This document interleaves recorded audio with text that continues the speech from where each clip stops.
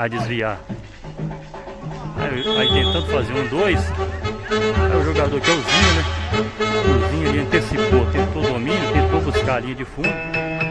Aí mais uma falta, essa agora perigosa ali do lado esquerdo.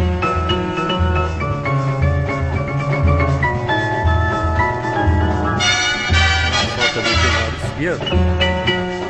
Aí na cobrança ali o jogador, camisa de jaqueta número 10. Bola ali com o Marquinhos. Pode pintar ali um lance, uma jogada ensaiada, uma bola no segundo pau. Vamos estourar.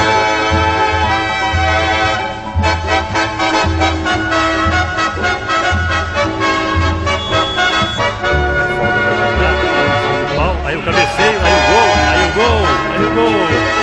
Aí um bonito lance aqui do lado esquerdo. Uma falta bem cobrada, né? A bola ali no segundo pau. Aí o jogador vindo de trás, né? Sozinho. Aí o jogador ali tentando 2.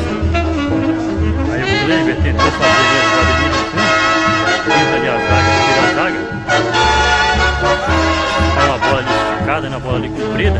Aí lateral. Lateral em favor com o Elite. Aí lateral ali já situado. Aí dominou. Aí 2 no chão.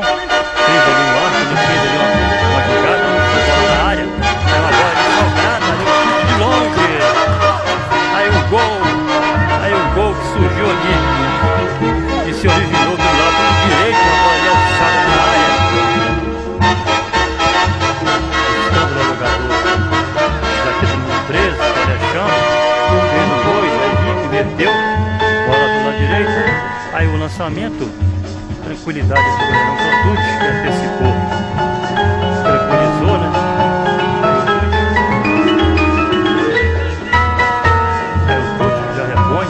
Bola à frente. Aí o jogador ali, que é o Edinho fez o desvio. Aí pegando ali o jogador sozinho à frente da zaga, que é o Zinho. Aí o Zinho foi na frente, fazendo ali o gol do Elite. Aí o Zinho